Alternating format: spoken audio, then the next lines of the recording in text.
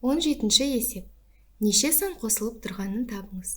22 қосылған 23, қосылған 24, қосылған тағы сол сияқты 135-ке дейін. Яғни аралары плюс 1. 22-ге 1-ді қоссақ 23, 23-ге 1-ді қоссақ 24, осылай 135-ке дейін жалғасады. Бізге осында неше сан қосылғанын табу керек. Ол үшін формула бар. Ол формула соңғы саннан, яғни 135-тен бірінші санды азайтамыз 22-ні және оған 1-ді қосамыз. Біз мына жерде бірінші санды алып тастадық қой, бірінші тұрған, сондықтан қайтадан 1-ді қосып есептейміз оны. Сонда 135-тен 22-ні азайтсақ 113, оған 1-ді қоссақ 114 болады. Демек, мұнда 114 сан қосылып тұр. Сонда нұсқалардың ішіндегі дұрысы Д нұсқасы.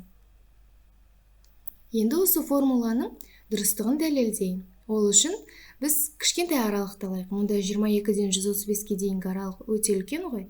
Сондықтан мысалға 20 және 26-ның арасын алайық.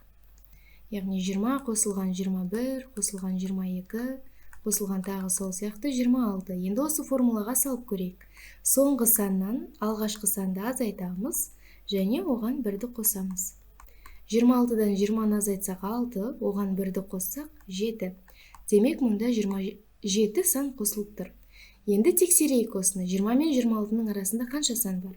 20, 21, 22, 23, 24, 25, 26. 1, 2, 3, 4, 5, 6, 7. Яғни бұл формуланың дұрыстығы дәлелденді. Демек, бұл формуланы егер мынандай 22 мен 135 сияқты үлкен аралық болса, біз оның әрқайсысын 22, 23, 24, 25 деп жазып отыра алмаймыз ғой. Сондықтан осы формула жылдамырақ есептеуге көмектеседі.